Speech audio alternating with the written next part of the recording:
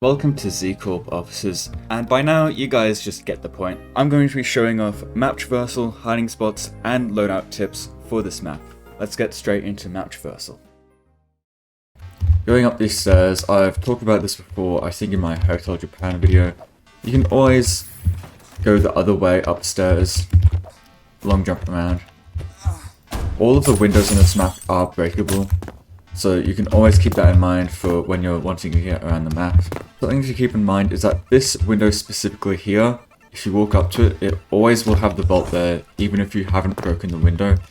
So you can just jump through this window whenever you want, and it will probably end up tricking people who don't know about it. There's always different ways to go up the staircases. Usually it's faster to find some other way to long jump around or something.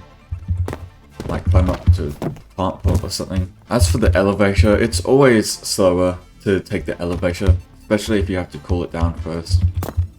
So if you want to actually get somewhere fast, then definitely take a different route. But if you want to camp in the elevator, or if you want to try and juke somebody by baiting them into the elevator, it's always a good idea to try and do something like that, where you hit the button and leave, and then whoever's stuck in there has to wait for this long animation to go all the way up.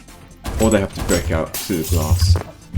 Once again, always be trying to make different routes around the stairs instead of being predictable and taking the typical route up the stairs. You can vault off here too, and this won't take full damage because you jump down onto the boxes.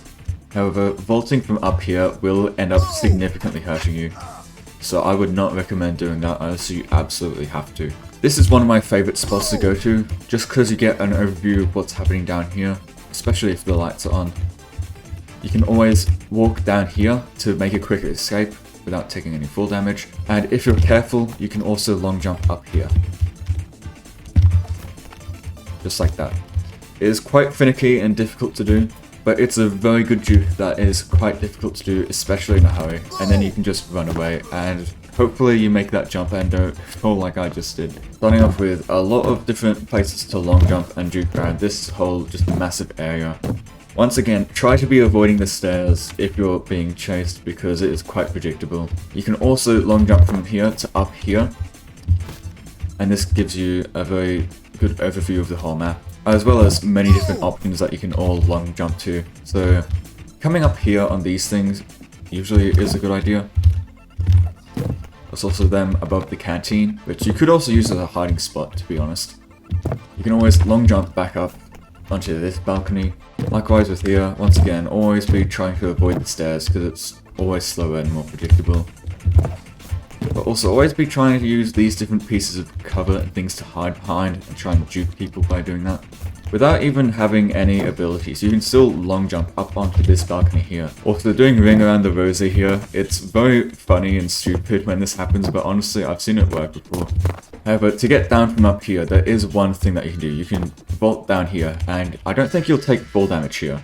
I am a vampire, so that might change the full damage a little bit, but I feel like you don't take any full damage doing this, or like a very little amount. So that's always a good escape plan, to jump down from there onto up here. Then from up here you can go run away. And for our first hiding spot we have behind here. It's sort of well known behind here in this corner, but often some people will forget to check it. And there's always this thing in the wall that you can go into too, but something even more likely than that is standing right here. Now, I've talked about this in my Shevchenko Street video a bit, where you can stand behind these walls the very edge and people won't be able to see you because of the angle that they go at. So unless somebody comes all the way around here to check here, they're not going to spot you behind there. And the thing is that most people won't think to look behind this one random wall here. So that hiding spot is absolutely goated because of that. Lying down in any of the green beds on this map, any of these will work because they pretty much entirely cover you up. But one that's going to work the best is this one here, because this one pretty much entirely covers you because they're so dense. In these boxes is kind of obvious, but it can work. In this corner over here, it's not an amazing spot, but it can work. As well as in these things, it's kind of obvious. You can see gaps in it, like where I'm aiming here and here. So it's not amazing, but it's better than nothing if you're panicked and need somewhere real quick to hide. However, a really good hiding spot is inside of the arcade machine. It is kind of difficult to get inside of here, but you can go inside of the arcade machine, and if you can manage to uncrouch, which I can't seem to do, then it's really good to be like crawling inside of there or something.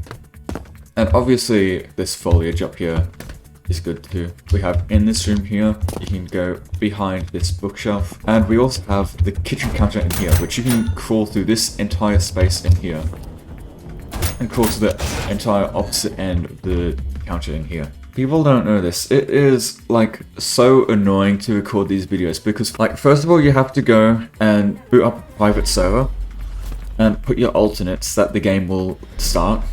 Then you have to wait for the map to change and pray that you get the correct map, because if not, then you have to wait even longer.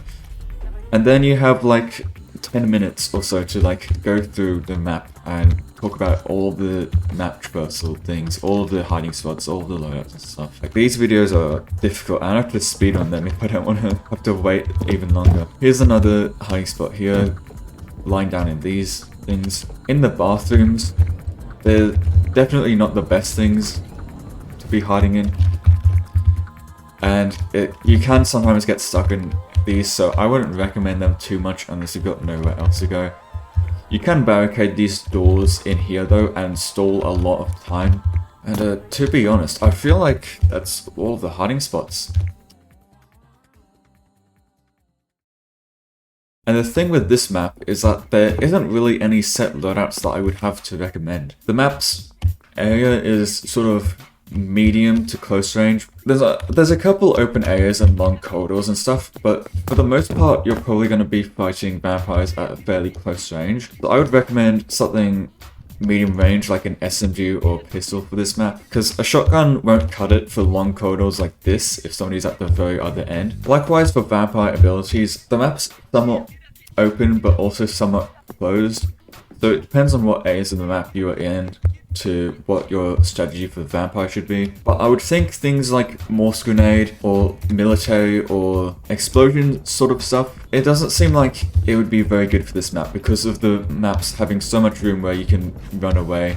You can't really trap anybody in any areas unless you trap them in like the offices or the toilets. So you haven't really got too many things that you can do about that. So that's sort of why I would say barricades will not work on this map very well unless you're choosing to barricade in a small room like this, because you're not going to be able to barricade off like big chunks of the map. If you're choosing to do a lot of the different parkour things that I've talked about in this video, something like energy drink or athlete will help you out a lot. Athlete especially if you're having trouble doing some of the jumps that I've talked about in this video. As well as kangaroo. Kangaroo, to be able to do this and just instantly come up here, that would help out a lot, especially if you don't want to learn the parkour tricks of doing stuff like this to get up here.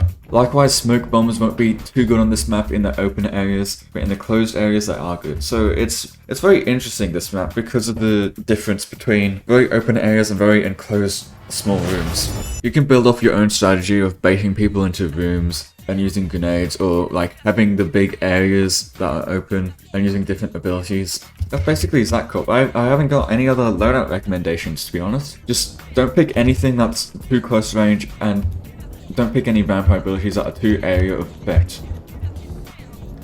Likewise, smoke bombs won't be too good on this map in the open areas, but in the closed areas they are good. So it's very interesting, this map, because of the difference between very open areas and very enclosed small rooms.